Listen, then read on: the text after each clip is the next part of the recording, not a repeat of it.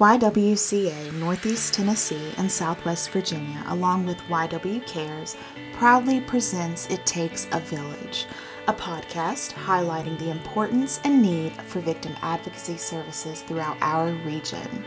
Join us as we detail the real-world issues of human trafficking that, unfortunately, are prevalent within our region.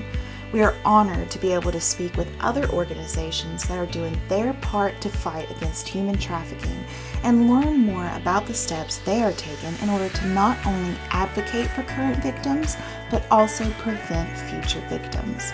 I'm Heather Smith, and thank you for joining us today. Hello, today I have the pleasure of sitting down and speaking with YWCA's very own Megan Parks. Megan is the program coordinator of our YW Cares program and victim advocate. Megan, would you care to tell us a little bit about the YW Cares program and kind of introduce yourself? Yeah, absolutely. So I'm Megan Parks. I have been working for the YWCA for over 3 years now. And I had the very unique opportunity when I first started with the YWCA to come in and create this beautiful project, which is now known as YW Cares. So we will hit our 3-year mark in February. So almost there for 3 years of service, which is really exciting. But when I first started with the YWCA, we had received a grant from the Department of Justice in order to develop a very specific victim advocacy program for young adults ages 17 to 24. So non-gender specific, but very specific in age. And one of the reasons that the federal government decided to fund a program like this was because there were a lot of research that was being done to show very specific needs for this age group. So if you think back to when we were between the ages of 17 to 24, kind of what did life look like at that time, right? We were young, coming out of high school, possibly going into college, possibly going into the workforce, having to make monumental life decisions. And during that time, if you mix trauma or victimization into that, how difficult that time can be for young folks.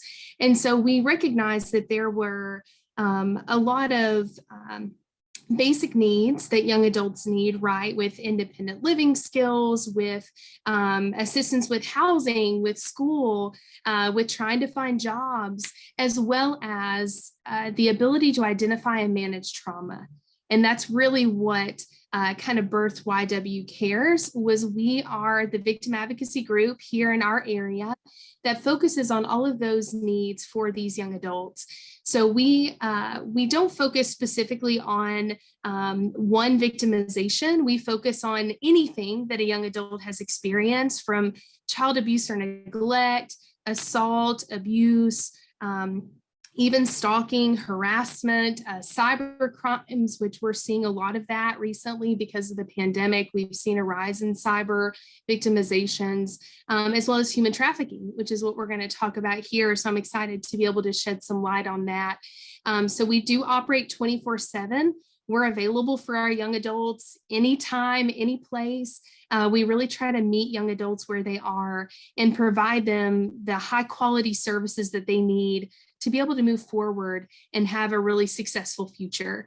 So those are the goals and kind of the dreams of what YW Cares has been built on. And I love, kind of, you speak of the kind of like the history of YW Cares and that need for, life skills at that, pivotal age group, because you're an adult on paper, but you still have some growth to do, and you kind of, having that resource there is amazing. And I personally always enjoy hearing about all of the triumphs and mission moments that come out of our YW Cares program, and just all of the good that you and your team do advocating for victims of crime. And as you were talking about, something that may shock some of our viewers, is to learn that you all also are advocating for and assisting victims of human trafficking in our own region here. And, that's something that many are unaware of, that is, essentially happening in our own backyard. And with this in mind, there seems to be a heightened need for education and awareness and learning what exactly human trafficking encompasses. Would you care to kind of speak about, everything that encompasses that phrase, those two words, human trafficking? Absolutely. So human trafficking can take a lot of different forms. I think we're all used to seeing these images of folks who are in the back of a van being transported against their will in a different country for whatever reason that may be happening. And don't get me wrong, that absolutely does happen. But what we're talking about here locally looks a little bit different. And unfortunately, it does happen even here in our county of Sullivan County. And I would like to be able to share the definition by the Department of Justice for what is human trafficking. It states sex trafficking in which a commercial sex act is induced by force, fraud, or coercion, or in which the person induced to perform such acts has not attained 18 years of age, or the recruitment, harboring, transportation, provision, or obtaining of a person for labor or services through the use of force, fraud, or coercion for the purposes of subjection to involuntary servitude, debt, bondage, or slavery. So in that definition, we see there are two basic forms of human trafficking. There is the one we usually see, which is sexual exploitation or commercial sexual exploitation of human trafficking. And the other side of this is labor trafficking. So the sex trafficking piece is what we believe we are all familiar with, where someone is actually sold into sex slavery, where they are coerced or even manipulated or threatened to complete these sexual acts in exchange for even things like housing, food, clothing, to where they're not able to meet their needs. So they're leaning on another person, or they're manipulated into doing so, which is very unfortunate. And we do see quite often. And the other side of this is labor trafficking, where someone who may not be able to meet their needs financially, and so they may be either forced or manipulated into completing forced labor, whether that's in a lot of different sectors, agriculture, factory, maintenance. It can be in every sector across the world. And so we see both of these aspects of human trafficking, and we need to, like you said, be educated, be aware, and learn what these red flags or indicators may look like, even here locally. And it is just incredibly eye-opening to hear, you have those two words, and to hear that is more of really an umbrella term there. And there are different aspects of what it means. And, hearing exactly what it means, what human trafficking is defined as, it becomes increasingly clear that this is really something that is not going to be easy for the victim to just bounce back from without assistance and advocacy, and really just at its core, help. Can you tell me a little bit about what services specifically for those victims of human trafficking does, YW Cares offer to help? Yeah, absolutely. So usually the entry age into human trafficking is around 12 to 13 years old. So we're seeing children, truly children, right, going into adolescence, that are being manipulated or threatened or coerced into these activities. And the typical age of exit of human trafficking is between 24 to 25 years old, which is right there at the end of our age group. And so what we try to focus on is meeting the immediate essential needs of these victims of human trafficking, meeting them where they are, truly, say they somehow got in contact with the police department. They may be there at the police department. They may be at the hospital. We are willing and able to go and meet them there at those locations to make contact, to really assess the situation and see what those needs are. From there, we try to ensure they have safe housing, that they know where they're going to sleep at night, so they're not relying on anyone else. We're able to provide that support. We ensure that they have basic human needs, right? Things that some of us may take for granted every day. Hygiene products, feminine hygiene products, clothing, food, all the things that they may have been relying on their abuser for years. They come out and say, well, what do I do now? Where do I go? I don't have any money to start over, right? I'm a young adult. I'm not able to get a job. I don't even know, where I'm going to lay my head tonight or what I'm going to eat in order to make it to tomorrow. So really meeting those needs in an immediate sense of right where they are when they're coming out of this experience. And then moving forward, we're looking at a game plan, right? What are that individual's goals? Are they wanting to pursue through the criminal justice system? Does it look like filing charges, filing an order of protection? Are we looking at victims' compensation? Are we looking at what's called Safe at Home, which is our address confidentiality program in the state of Tennessee? And what can our advocates do to meet them there and help them through those processes? Because if we haven't been through that as a young adult, which many have not, that can be a very convoluted and complex process, and they may need assistance to get through that. And then it's what we've already talked about, independent living skills. If they've spent much of their childhood and some of their adulthood in this abusive environment, they may not know how to do their laundry or go back to school or build a resume and get a job. These are all things that our advocates are able to help them with on a daily basis and really work through what we call an advocacy action plan, which is their roadmap to success of whatever that looks like for them. And then we also look at a component of empowerment. So we look at building back that self-confidence. What can they do for themselves to help them get where they need to go? And how do we support them to do that? We look at self-care. Oh my goodness.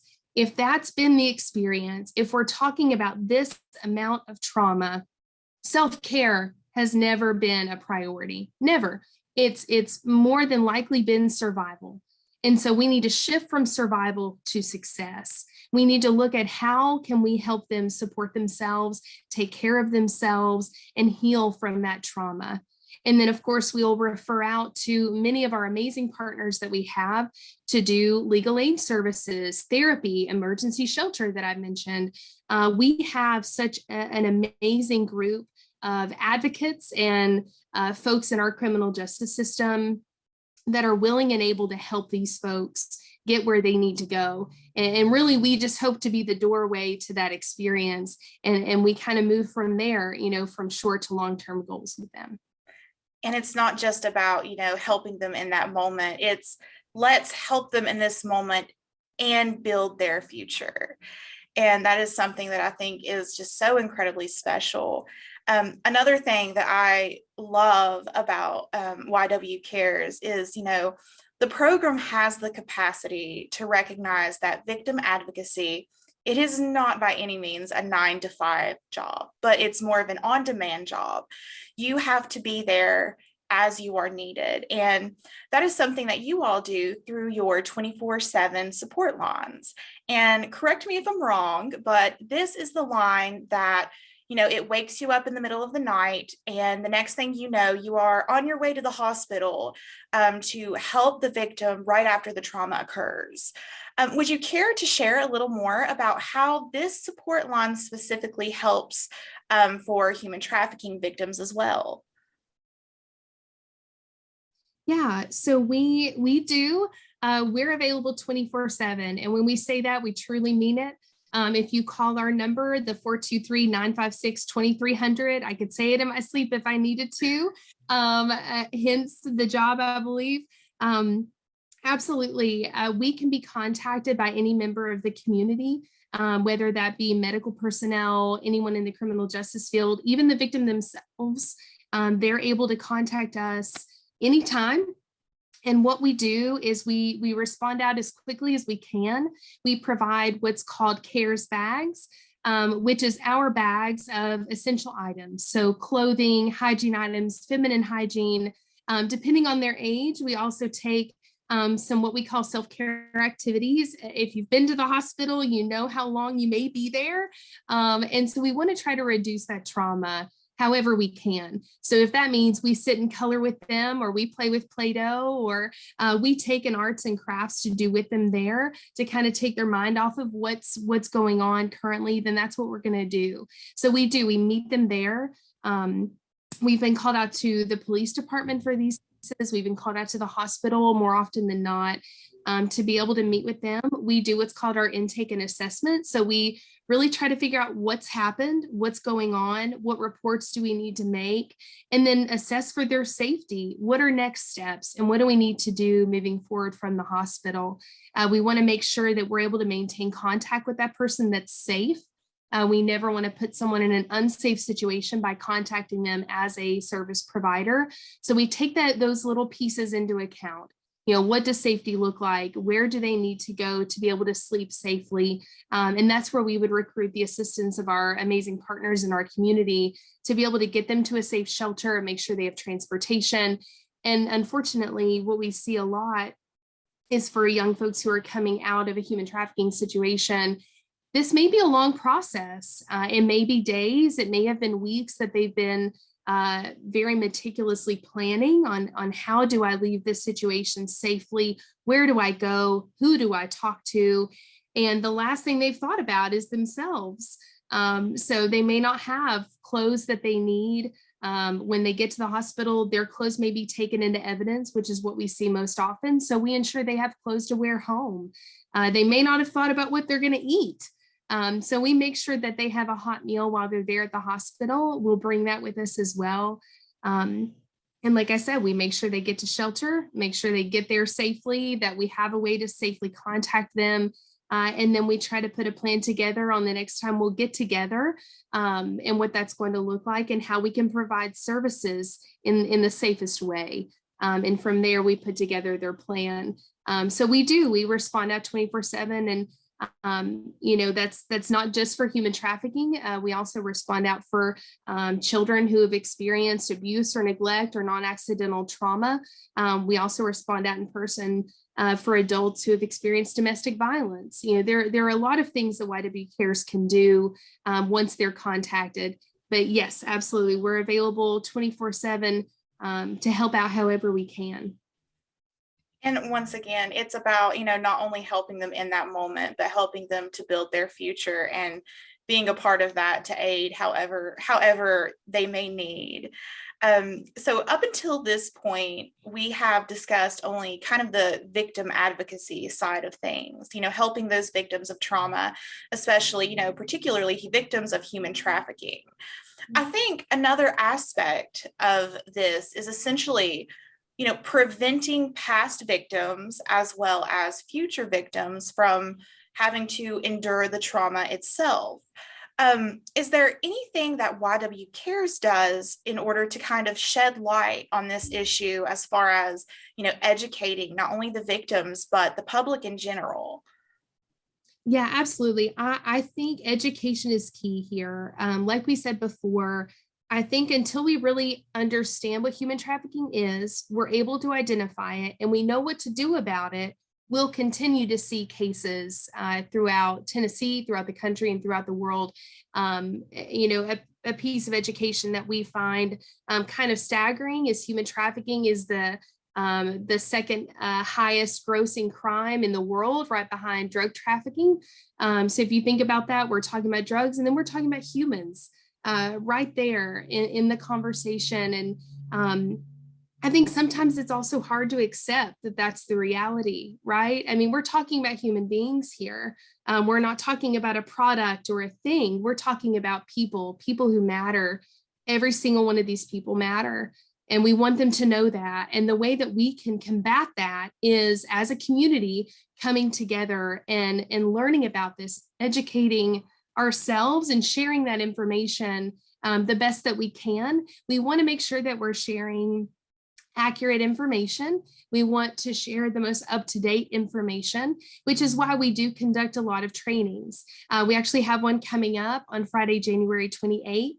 At 11 a.m. It is a webinar, and we're actually going to be talking about human trafficking as it relates to case management professionals. So if you work in the field and you may want to know more about it, you may want to know how to respond to it or look for it, this is a great opportunity to do that. And so YW Cares attempts to have these opportunities for the community all year. If anyone is looking for the opportunity or they'd like to know more about it, they can contact the program and we can put something together. We definitely want to make sure that we're sharing all the information that we can, right? If we learn about it, we don't share about it, it's not going to be very helpful, as we are a small team. So we really try to get the community involved in that. And really, I think that goes back to the title of this series, right? It takes a village, and it really does. It takes every single person who is actively involved in the community, who works with children, who works at our local churches, who's at case managers, who's first responders, who's medical personnel. I could go on and on of all the sectors that this touches. We need to ensure that everyone within our community understands how complex this can be and what to look for. And so we do partner with our amazing partners like the Community Coalition Against Human Trafficking, who will be a part of this series, who is actually our partners on January 28th. So we always look for ways to come together and share the most recent information so we all can do better together. It most definitely takes a village. And I think it's so perfect to describe, the goals for what we're trying to do here, to even kind of further shed light and just educate as many people as we can. As we kind of bring this episode, this first episode to a close, I do think it is a great time to talk about some of the other organizations and guest speakers we are going to be having for our other episodes. As you said, we will be joining Ms. Raina Zakaria with the Community Coalition Against Human Trafficking, as well as we have the honor to be speaking with someone from the Sullivan County Regional Health Department. And these are two other organizations that are doing their part in the fight to shed light on this issue of human trafficking, as well as victim advocacy. Absolutely. And I think their segments are going to be amazing. I think Ms. Raina is really going to shed a lot of light and education on the risk factors of human trafficking, what that looks like, how we can look for it. They are the resident experts on human trafficking. So if you have questions, they are also there, and they're incredible to work with. So we're so excited to hear from them. And then, of course, with the Regional Health Department with Sullivan County, we're so excited to hear from them and the activities that they put on through the year to recognize human trafficking. And I think that's such a testament, right? Even your local health department cares about this issue, and they are working to combat this issue, whether we recognize it or not. It's happening behind the scenes, and there are a lot of people that care about this topic. And so if anyone's interested in learning about it or wants a training or education opportunity for this, we are more than happy to put that together. Absolutely. Megan, I want to thank you for finding the time in your very, very busy schedule to just sit down with me today and share everything that you and your team are doing to help just be a voice for those who just oftentimes are not heard. It's so clear that YW Cares is incredibly needed in our area, even on a daily basis, not only for those who are in need of victim advocacy, but also as a resource for educating oneself in all aspects of victim advocacy, how to recognize the signs. From all of us here, thank you. Absolutely. Thank you so much for having me. I love being able to share what we're doing within our program, but I also just want to be able to give a shout out for the young adults in our community, right? I mean, that's our focus. So what I would say is keep an eye on your young adults, keep an eye on your adolescents, check in with them, make sure you know what they're doing and where they are, make sure they're being safe. If they aren't, or if you have concerns, please reach out to advocacy groups for assistance. We can come in and be a support, provide guidance, education, a little bit of case management if that's what's necessary. But I would just ask for our community just to keep an eye on your young adults, make sure that they have someone they can lean on, and that we're supporting them the very best that we can. That age group is so tough. And I think we all know that, how difficult it can be. So we just really need to have their backs and really be supportive of them during this time. And if YW Cares can do anything, like I said, we're here 24/7, so we can be contacted anytime. But thank you, Heather, for having me and letting me talk about this today. For more information about YW Cares, please visit the links provided. Or if you would like to donate items to YW Cares, please call 423-968-9444. Thank you.